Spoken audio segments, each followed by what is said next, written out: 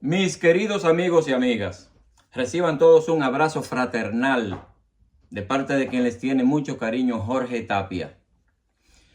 En esta ocasión, ya saben ustedes que es el último capítulo de esta serie de 6 entregas de video que están basados en todo lo relativo al descubrimiento de América. Antes de entrar en detalle, quiero sugerirle que tenga la bondad de suscribirse acá en mi canal, El Caribe, su historia y su cultura. Suscríbanse, denles like, comenten, hagan sus comentarios y recomiéndenles a sus amigos que vean mis videos. Envíenselo, compártanlo con sus amigos y compártanlos en los grupos de personas que les gustan los temas de analizar temas de historia, de literatura, de folclore, de cultura general. Necesitamos que ustedes hagan eso para que este proyecto didáctico siga creciendo. Pues bien, antes de empezar a hablar acerca de esta historia, esta amplia historia, vamos a hablar un poquito de geología. Es necesario que hablemos de geología. El planeta Tierra sabemos que se formó hace cientos de millones de años y era una masa incandescente de lava hirviendo, metales, tierra, piedra fundida, todo fundido, todo mezclado, hirviendo. Así como está hirviendo el sol, por ejemplo, y todas esas estrellas que vemos de noche, que están encendidos, así era el planeta Tierra. Pero con el paso del tiempo se fue enfriando y la superficie del planeta se convirtió en una corteza dura, se solidificó. Y ahora la Tierra es como si fuera un gran cascarón que tiene cientos de kilómetros de profundidad. Ese cascarón, vamos a decir así, a la corteza terrestre, ¿verdad? Pero en el interior sigue incandescente, en el interior siguen fundidos metales que se mantienen en ebullición. Debido a eso, se forman en el núcleo de la Tierra, en el centro de la Tierra se forman gigantescos remolinos muy potentes que van girando de manera rápida y con mucha fuerza en una dirección, mientras que por otro lado, al mismo tiempo, hay otros remolinos que van en otra dirección. Ese roce de esos remolinos que van girando de manera permanente con el fondo de la corteza de la Tierra hace que se vayan desplazando la corteza terrestre. Y por eso hubo hace cientos de millones de años, hubo un solo continente que se llamaba Godinia. Pues todo era tierra en un lado y en el otro lado todo era océano. Pero el empuje de esos diferentes remolinos que en diferentes direcciones van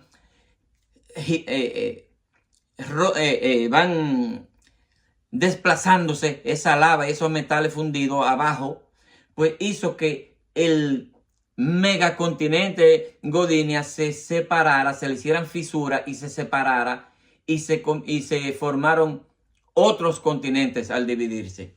Pues eso es lo que se llama el desplazamiento continental, esas grandes masas de tierra que van así separándose varios centímetros al año. Y se fueron separando esos continentes que resultaron de la división del megacontinente de Godinia y se juntaron en otro lado y formaron lo que se llama el continente Pangea. Pangea, o sea, todo tierra. Al chocar los continentes uno con otro y las islas se empujan porque este empuja hacia allá y este empuja hacia acá, y eso hace que la superficie del planeta haga esto, se arrugue. Esas arrugas son lo que nosotros vemos que son las cordilleras, las montañas, son arrugas de la superficie del planeta producidas por el empuje del desplazamiento continental. Pues bien, luego de estar ya formado el megacontinente Pangea, que fue el último, porque antes de Pangea y de Godinia hubo otros megacontinentes, porque siempre se mantuvo formándose, juntándose, despegándose, juntándose. Pues bien, este último megacontinente, Pangea, se dividió porque las corrientes van cambiando de dirección y entonces el empuje que iba hacia allá, ahora el empuje va al revés, hacia atrás. Y por eso se hicieron fisuras, se fraccionó ese megacontinente Pangea y se despegaron nuevamente. Y si vemos el mapa mundi nos damos cuenta que eso es cierto, porque América del Sur encaja perfectamente con el África y América del Norte encaja con una parte de África, del norte de África y con Europa. Y por el otro lado, la China, el Japón, toda esa costa del Asia y de Rusia encaja perfectamente con Norteamérica. O sea que se desprendieron los continentes que conocemos hoy en época en que no existía la especie humana. El hombre no había aparecido en la superficie del planeta. Había muchos animales, había dinosaurios y muchos animales desaparecidos, la gran mayoría, pero no existía la especie humana. Para el año, entre los años 30.000 y 10.000 antes de Cristo, 30.000 años antes de Jesucristo y 10.000 años antes de Jesucristo, aparecieron, los primeros hombres aparecieron unos 250 años antes de Jesucristo. 250 años más o menos. Pero para el año entre 30.000 antes de Cristo y 10.000 antes de Cristo, aparecieron ya los primeros humanos que cruzaron desde el Asia hacia América. Recordamos que en América no había seres humanos. Los primeros seres humanos aparecieron en el África, en la China y en otros lugares hace 250.000 años antes de Jesucristo. Pues bien, entre esos años 30.000 antes de Cristo y 10.000 antes de Cristo, pues muchos grupos de humanos comenzaron a cruzar desde el Asia, o sea, por Rusia, que está muy cerca, Rusia y Alaska están muy cerca. Entonces, desde el oeste, que es la costa de Rusia, comenzaron a cruzar por el estrecho de Bering, que en la era glacial esa área estaba congelada y se podía cruzar, no estaba el mar ahí y se podía cruzar caminando. Pues muchos mongoles cruzaron, el grupo de mongoles cruzaron desde lo que hoy es Rusia hacia Alaska, lo que hoy es Alaska. Y de ahí comenzaron a bajar hacia el sur, desplazándose, buscando un clima más benigno, porque sabemos que el norte de América, en esos extremos de allá arriba, es muy frío. Alaska, Canadá son muy fríos. Y de esos mongoles es que descienden los esquimales y los aleutianos. Aleutianos porque son ese archipiélago de islas que está entre Rusia y Alaska, en la parte del norte del continente americano. Hay una hilera de islas que son las islas aleutianas. Unas pertenecen hoy a Estados Unidos y otras pertenecen a Rusia. Ahí es que está el límite. Pues bien, los aleutianos y los esquimales descienden de esos mongoles y por eso los esquimales se parecen tanto a los mongoles, tienen los ojos achinados, tienen muchas características comunes. Y de esos primeros mongoles que llegaron y los esquimales es que entonces se desprenden otros grupos étnicos, ya los Sioux, los Cheyenne, los indígenas norteamericanos y los indígenas de México. Esos fueron los primeros que llegaron a América entre los años 30.000 a.C. al 10.000 a.C. Pero también por las islas del Pacífico, que sabemos que son muy buenos navegantes, se desplazaron hacia el continente americano, se desplazaron navegando algunos grupos de polinesios. sea en la Polinesia, en Hawái, Indonesia, por ahí. Ellos navegan de isla en isla, incluso van a unas islas pequeñas que están a miles y miles de kilómetros, que no se sabe cómo esa gente descubrieron esas islas, iban y volvían sin tener brújula, porque eran muy buenos navegantes. Pues quizá producido por ciclones o porque ya tenían conocimiento, llegaron a Centroamérica y a Sudamérica, esos polinesios. Y por eso, procedentes de Oceanía, es que vemos tantas similitudes entre los indígenas de México, de Guatemala, de El Salvador, así como de Perú, de Colombia, de Chile, que se parecen tanto a los oriundos de esas islas del Pacífico. Tienen los ojos achinados, los nativos de Norteamérica, igual que aquellos. Tienen el pelo negro y lacio, pero erizado, no como el pelo lacio del europeo, que es un pelo que cae. El pelo del japonés, del chino, del tailandés, es un pelo lacio, pero es erizado, del hindú. Igualmente sucede con los nativos de México, de El Salvador, Guatemala, en fin, de Centroamérica y Sudamérica. Pero no solamente que se sospecha que llegaron, sino que en el Perú, en excavaciones, en descubrimientos que se han hecho, en yacimientos arqueológicos, se han encontrado huesos de gallinas que no existían en América, pero sí existían en las islas del Pacífico, y de cerdo, huesos de cerdo también. O sea que esos navegantes, como era un viaje muy largo, llevaban animales para írselo comiendo en el camino. Y por eso encontraron en Perú huesos de gallinas. Pues bien, esos fueron los primeros americanos, procedentes, como ya hemos dicho, desde el Asia. Pero entre los años 920 y 1020 de la era cristiana, unos 500 años antes del viaje de Cristóbal Colón del 1492, los vikingos estuvieron en América. Siempre se decía, tenía ese mito, esa leyenda, que los vikingos estuvieron en América, en la parte norte de América, en la costa del Océano Atlántico.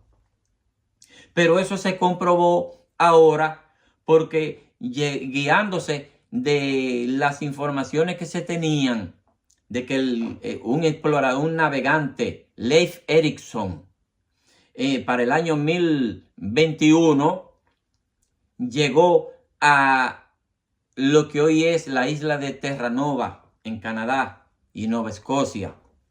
O sea, partieron desde la península del Labrador, que es donde está Suecia, Noruega y Finlandia, y Dinamarca, que son los países que son vikingos. Los vikingos eran de ahí, de la península del Labrador.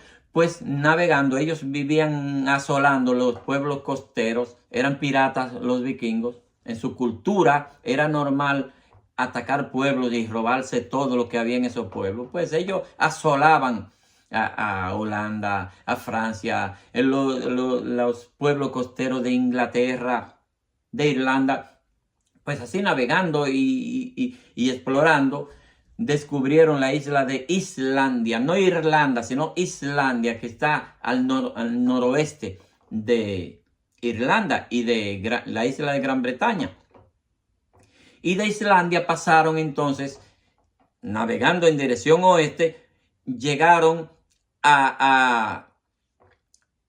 o sea, procedentes del este, navegando hacia el oeste, llegaron a lo que hoy es la gran isla de Groenlandia. En idioma vikingo, Grön quería decir grande. En Groenlandia como país grande, isla grande, tierra grande. Y Groenlandia, que está a un paso del Canadá, pues continuó y llegó ahí, descubrió Leif Erikson, conocido como Eric el Rojo también. Llegó a la costa de Canadá y le puso el nombre de Vinland, o sea, tierra de la vid, tierra de la uva. Y establecieron pueblos ahí en Terranova. Eso se tenía como leyenda, pero al estudiar los escritos que se tenían de Leif Erikson, los lugares, descubrieron yacimientos donde hubo poblaciones vikingas en Terranova y encontraron monedas vikingas, encontraron hachas, cuchillos, collares, utensilios de labranza, cascos de vikingos que no tenían cuernos. Eso de los cuernos en los cascos de los vikingos es una invención de Hollywood. Los vikingos no tenían cuernos en los cascos. Bueno, pues encontraron cascos y restos de construcciones de viviendas. También encontraron runas. Las runas son unos símbolos que ellos escribían con su escritura jeroglífica, los vikingos.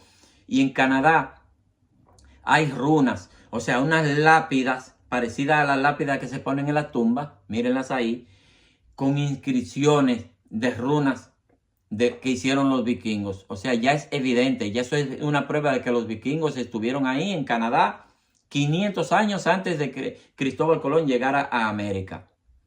No se puede decir que son los descubridores de América porque los vikingos se quedaron calladitos, no dijeron eso a nadie porque no les interesaba que otros fueran ahí también a adueñarse de esos terrenos. Ellos tenían muchos enemigos.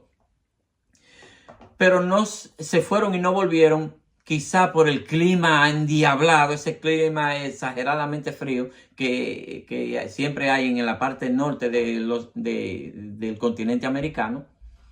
Y también dice la leyenda, que también los indígenas le hicieron la guerra permanente, no lo dejaron asentarse y al final se fueron y no regresaron más. Esa es la historia de los vikingos en América, pero hay otros que llegaron a América antes que Cristóbal Colón.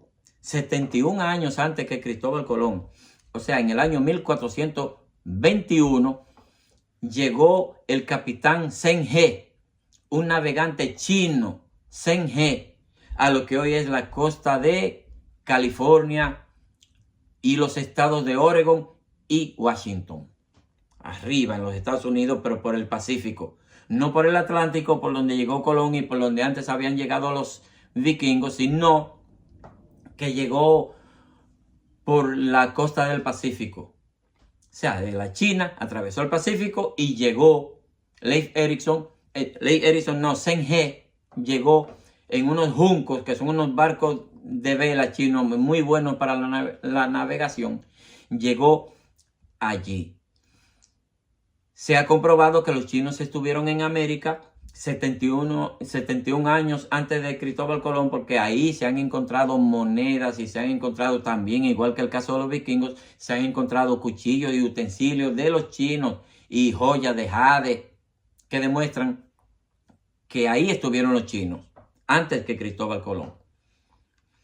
Ya sabemos nosotros que en el año 1453 los turcos, los musulmanes turcos, tomaron la ciudad de Constantinopla e impidieron el paso de los europeos hacia el este, que se iban los europeos desde Italia, Francia, Portugal, España, se iban atravesando todos esos países del cercano oriente, mediano oriente y lejano oriente hasta llegar a la China, al Japón y a la India, así como a las islas de las Especias, que hoy se llaman Indonesia.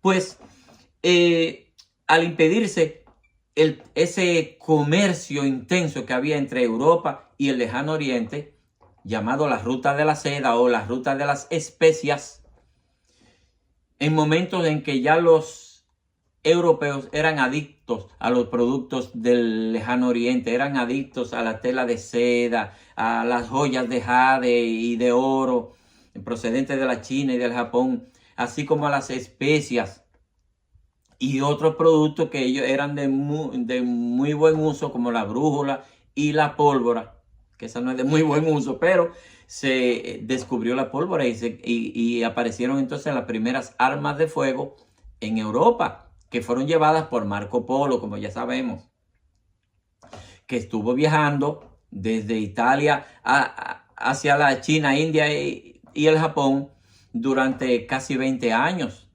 O sea, desde el año 1271 hasta 1290 y tanto, 95 por ahí. Pues al interrumpirse esa ruta hacia la China, pues hubo la necesidad de buscar otra alternativa, una alternativa para buscar esos productos y llevarlos a Europa. Entonces fue cuando se inventaron esos viajes que se hacían dándole la vuelta al continente africano, que bajaban desde Europa, le daban la vuelta a la África, se iban por la India, bajaban y volteaban a la India hasta que llegaban a la China y al Japón, que se llamaban los imperios de Katai, la China, y Zipango, se llamaba Japón, se llamaba Zipango, y la China se llamaba Katai. Pues es ahí cuando Cristóbal Colón se interesa en buscar una ruta alternativa. Pero ¿qué sucede? Que antes de que llegara Cristóbal Colón a América, hubo un español que llegó a América. Alonso Sánchez de Huelva. De Huelva no era el apellido de él. Él era nativo de la ciudad de Huelva, pero para esa época se diferenciaban a dos Alonso Sánchez. Bueno, pues este es de Huelva y aquel es de Sevilla. Y por eso aparece su pueblo natal, su ciudad natal, como su segundo apellido. Alonso Sánchez de Huelva, 8 años antes de que Cristóbal Colón llegara a América, llegó al Caribe. Resulta que Alonso Sánchez de Huelva vivió en la misma ciudad de Cristóbal Colón, por lo tanto se conocían porque los dos eran marineros y eran contemporáneos. Pues él se dedicaba a llevar productos de España hacia el África, tela, utensilios de metales, y los cambiaba por productos africanos, por pieles de animales exóticos, por colmillos de elefantes, por ejemplo, y otros productos del África. Entonces eso se lo llevaba desde la Costa de Marfil, esa área de por ahí, de lo que hoy es Senegal, se lo llevaba entonces hacia la isla Madeira y las islas Canarias y las Azores. Él navegaba, hacía un negocio triangular, llevaba producto al África, del África se iba a las islas que están en el Atlántico y de ahí entonces subía a España con ron y con azúcar. O sea, los productos del África lo cambiaba por ron y por azúcar en las Canarias, y de ahí entonces se iba, y de Madeira, Isla Madeira, y de ahí se iba a España con esos productos que tenían mucha demanda. En uno de esos viajes que él estaba haciendo frente a la isla Madeira, lo atrapó un huracán. Ustedes saben que los huracanes se forman en el África y van desplazándose desde el África, o sea, desde el este hacia el oeste. O sea, de lo que es la costa del África, la costa norte del África, y van hacia el Caribe de manera directa, una ruta más o menos fija. Pues lo atrapó un huracán que lo mantuvo durante 5 días y lo depositó su barco, que estaba a él y 17 tripulantes, y fueron a parar a una isla desconocida en el Caribe, que según escribió Alonso Sánchez de Huelva, esa isla le llamaban los nativos, le llamaban Cibabo. Cibabo. Eso sucedió en el año 1484. Llegó 1484, llegó ese español Alonso Sánchez de Huelva a lo que se cree, según los investigadores españoles, creen que fue a la isla de La Hispaniola, por aquello del nombre de que él escribió, que le llamaban Cibabo a esa isla a los nativos. Bueno, pues allí él estuvo con sus hombres durante un tiempo. El barco lo repararon, las velas las repararon, se apertrecharon, se abastecieron de agua y de alimentos y regresaron entonces navegando en dirección este para regresar a las Islas Canarias. Como duró 5 días, él calculó que en 5 días iba a estar otra vez navegando en dirección al sol naciente, que iba a estar en 5 días allí, pero él no llevó suficiente alimentos, además de que la picadura de los mosquitos le hacía mucho daño a los españoles de aquel entonces, que no tenían defensa natural contra la malaria, el paludismo, y se morían por las picaduras de los mosquitos. Pues ellos partieron enfermos, la mayoría de los tripulantes, de los navegantes, partieron de regreso. Y ese viaje no duró 5 días, sino 28 días. Además de que él no tenía conocimiento de las direcciones de los vientos en el Caribe y quizás tuvo viento de frente durante varias veces. Se le prestaron vientos de frente que lo hacían recular. El caso es que se murieron de los 17 tripulantes, se murieron la mayoría y solamente llegaron vivos a la isla de Madeira, llegaron vivos solamente Alonso Sánchez de Huelva, 2 españoles y 2 indígenas que ellos capturaron en la isla de Cibabo. Los capturaron y se los llevaron como evidencia de que habían encontrado gente y que habían encontrado tierra. Cuando llegó a la isla de Madeira moribundo, porque se murieron de hambre y de sed y debido a las enfermedades producidas por los mosquitos, al llegaron moribundos. Cristóbal Colón, que como ya sabemos que conocía a Alonso Sánchez de Huelva, él estaba viviendo en ese momento en la isla Madeira, los alojó a los 5 en su casa, Cristóbal Colón. Los trató de curar, los alimentó, pero no pudo impedir que se murieran. Y en agradecimiento, Alonso Sánchez de Huelva les regaló todas las anotaciones que él había hecho de ese viaje, todo lo que había encontrado y características de la isla donde él llegó.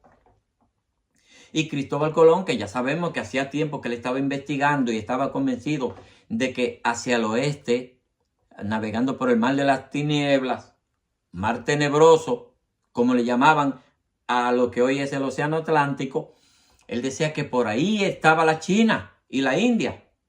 Nadie le creía, decían que no, que eso era lo que había, era un precipicio, que la tierra era plana y esto y que aquello.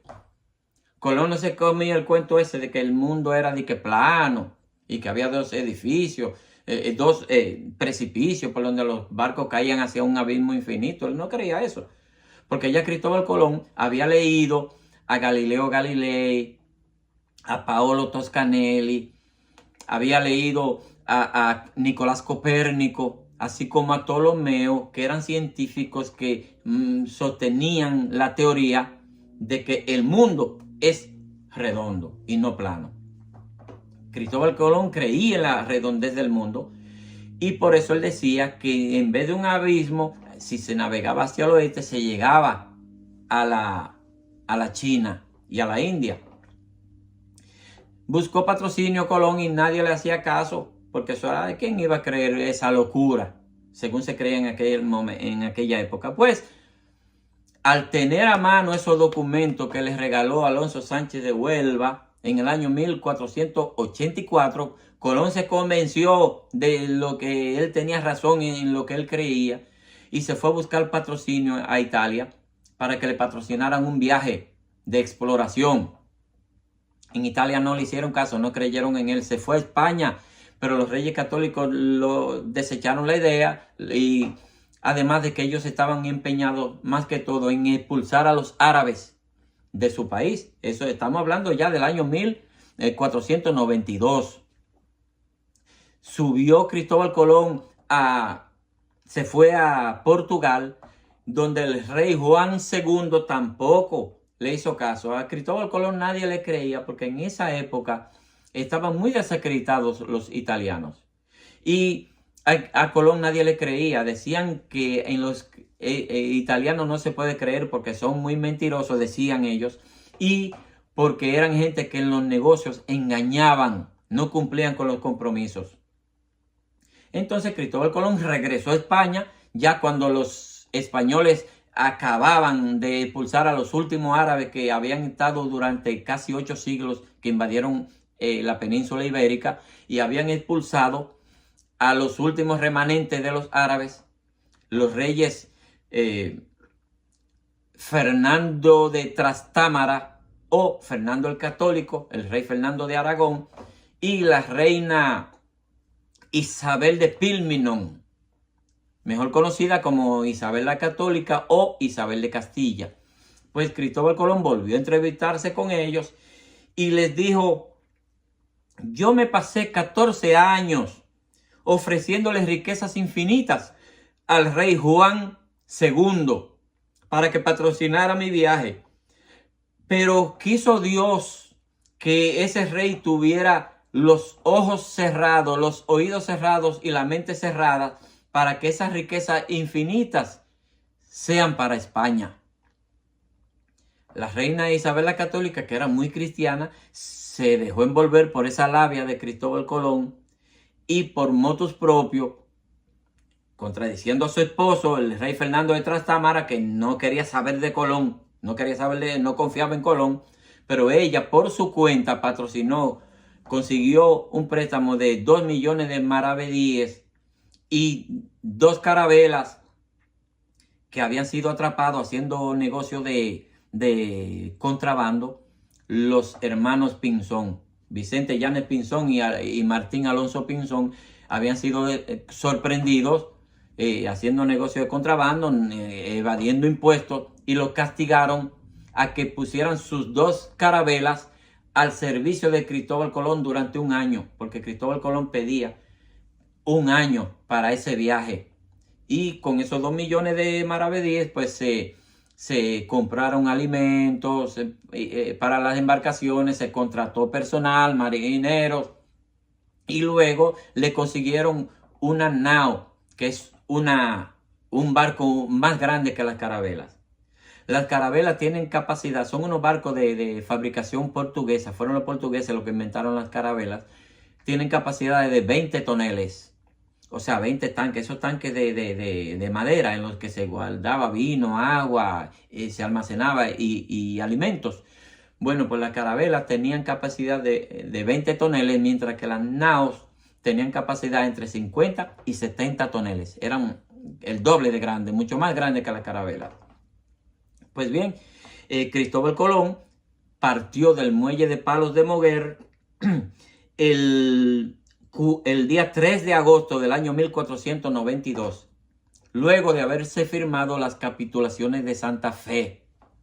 Las capitulaciones de Santa Fe fue un contrato que firmaron los reyes de España con Cristóbal Colón, mediante el cual se comprometían ellos a nombrar a Cristóbal Colón como virrey de todos los territorios que él descubriera. Y también se le asignaría un 10% de todos los impuestos que se obtuvieran en esas colonias que España iba a fundar en el Nuevo Mundo, si aparecía ese Nuevo Mundo, que nadie creía que había nada, pero Cristóbal Colón sí lo creía. Ya sabemos que Cristóbal Colón se pasaba los días en la playa, merodeando la playa, estudiando las direcciones de los vientos y de las corrientes marinas, y se dio cuenta que en la parte norte del Océano Atlántico los vientos siempre soplan desde el oeste hacia el este, siempre, de manera fija. Mientras que bajando hacia el sur hasta las Islas Canarias y Madeira y esas islas de ahí, se dio cuenta que entonces por ahí los vientos soplan al revés. Ahí los vientos soplan desde el este hacia el oeste de manera fija. Y por eso Cristóbal Colón partió del muelle de Palos de Moguer hacia la isla Canarias, ahí se reabasteció de alimentos, entonces emprendió el viaje en dirección oeste, franco, y 28 días después, Cristóbal Colón, el día 12 de octubre de 1492, descubrió la isla de Guanajaní, descubrió el archipiélago de las Bahamas, y a esa isla Guanajaní, Cristóbal Colón le puso el nombre de San Salvador. Y varios días después, 2 semanas y varios días después de haber descubierto la isla de Guanajaní, Cristóbal Colón navegó en dirección sur porque le dijeron que había una isla grande que se llamaba Cubagua. Entonces Cristóbal Colón bajó desde las Bahamas navegando en dirección sur y el día 28 de octubre descubrió la isla de Cubagua, a la que él le puso el nombre de Isla Juana, en homenaje a la infanta Juana. O sea, la princesa Juana, hija de los reyes católicos. Al ver, Cristóbal Colón llegó a la isla de Cuba y navegó por toda la parte norte de la isla de Cuba, llegó hasta la mitad de la isla, se devolvió y por la punta de Maicí, entonces volvió navegando en dirección oeste otra vez, pero por la costa sur, por el Caribe, hasta donde hoy está La Habana. Al ver que esa enorme isla por los dos lados era grandísima. Cristóbal Colón pensó que eso era una gran península de la India y por eso llamó indios a los nativos de Cuba, que primero se llamó Juana, pero ese nombre no duró mucho tiempo. Luego le simplificaron el nombre de Cubagua y le pusieron Isla de Cuba. Pues a los indígenas de Cuba le puso el no, dijo que eran el gentilicio de indios, aunque sabemos nosotros que se trataba de taínos y de guanajatabeyes. Pero Cristóbal Colón, al ver que por ahí había muchas islas, pensó que a lo mejor eso era el Japón. Estamos hablando de una época en que la gente no tenía una idea clara de cómo era el lejano oriente. No sabían bien qué estaba adelante, qué estaba atrás, si Japón está aquí, la India está aquí, China. No tenían idea clara. Y por eso Cristóbal Colón, al ver tantas islas, pensó que a lo mejor eso era el Japón. Entonces le pregunta a los indios de Cuba: Zipango, Zipango, como esto es Zipango, ¿dónde está Zipango? Que era como se llamaba el Japón. Y los indígenas de Cuba, los taínos, al escuchar que le están preguntando por Zipango, Zipango, dijeron: oh, Cibabo, Cibabo, y le señalaron hacia el este. Cibabo, para allá es que está Cibabo. Entonces Cristóbal Colón partió desde Cuba y el día 5 de diciembre llegó a la isla de Cibabo, que los indígenas le llamaban Cibabo, pero también le llamaban Bohío y también le llamaban Babeque, porque en nuestra isla había 3 etnias indígenas, cada una con su idioma, y cada una le tenía un nombre en su idioma a la misma isla. Estaban los taínos, estaban los ciguayos y estaban los macoriges. Entonces, a esa isla que los nativos llamaban Cibabo, Babeque y Bohío, Cristóbal Colón le puso el nombre de Isla La Española, debido a que los primeros cronistas eran casi todos sacerdotes y que hablaban mucho latín y que hasta la misa la oficiaban en idioma latín. Pues los informes que ellos daban no escribían la española, sino la hispaniola con H en latín. Y por eso de manera temprana a nuestra isla tanto se le llamaba Isla La Española como Isla La Hispaniola. 20 días después de haber estado navegando por el área, Cristóbal Colón, el día 25 de diciembre, la nao Santa María chocó con un arrecife coralino en la costa noroeste de la isla La Española.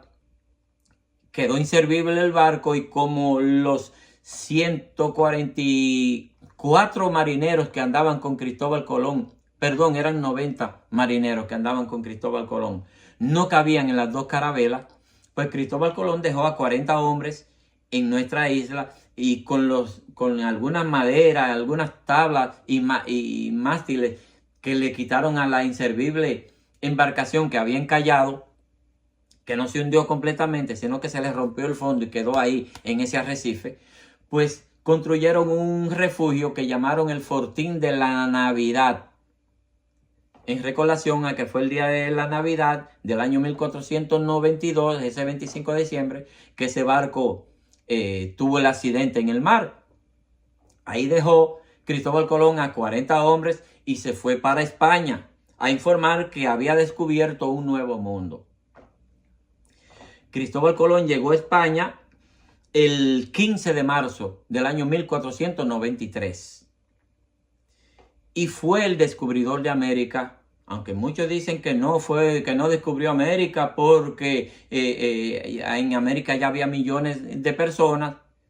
Cristóbal Colón, señores, descubrió América porque fue el primero que fue a Europa y dijo: miren, ustedes dicen que allá al oeste no hay nada, pues miren, sí, ahí hay tierra, aquí hay gente.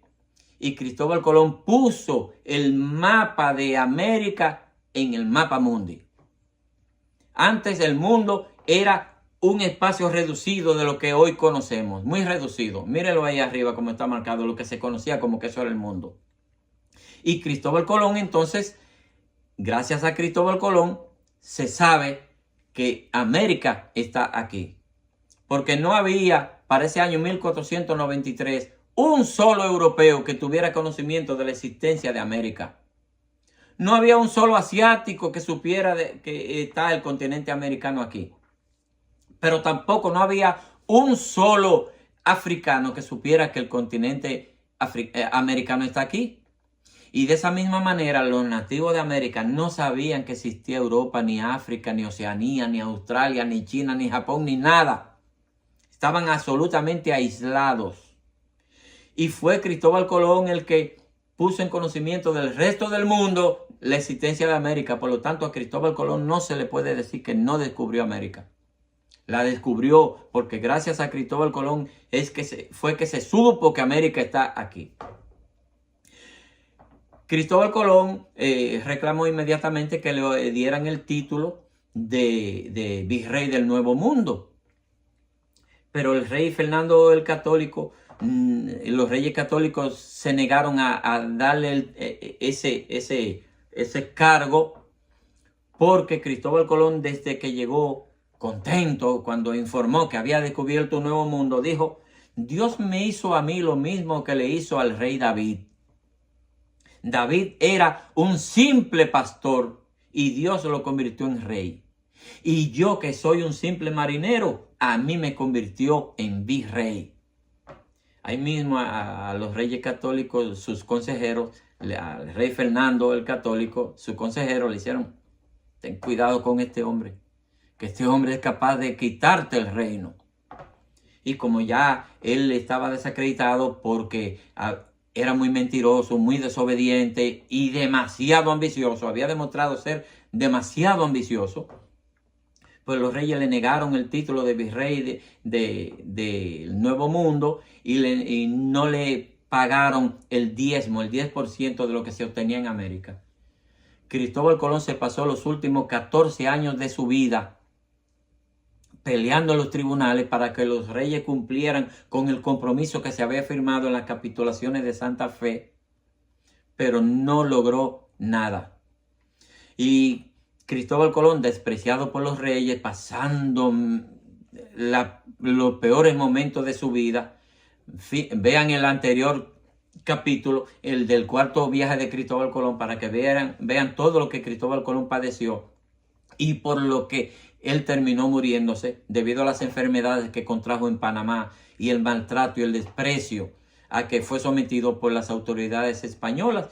Pues Cristóbal Colón vivía en la miseria y se le quejaba al rey en cartas, muy dolido se quejaba y decía que fue él, Cristóbal Colón, el que a España le dio todos esos territorios inmensos y riquezas innumerables, y no recibía nada, mientras que eran otros que no habían hecho nada los que se beneficiaban con títulos, con mucho dinero y con cargos en la administración de los gobiernos de esas colonias. Bueno, pues Cristóbal Colón también le decía al rey Fernando, en cartas al rey Fernando de Aragón, que su familia estaba padeciendo hambre y que cuando él iba a comprar fiado a la bodega no tenía con qué pagar.